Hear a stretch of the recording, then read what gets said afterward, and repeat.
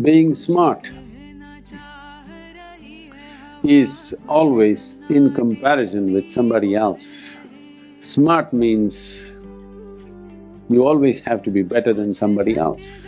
Being intelligent is not in comparison with anybody else.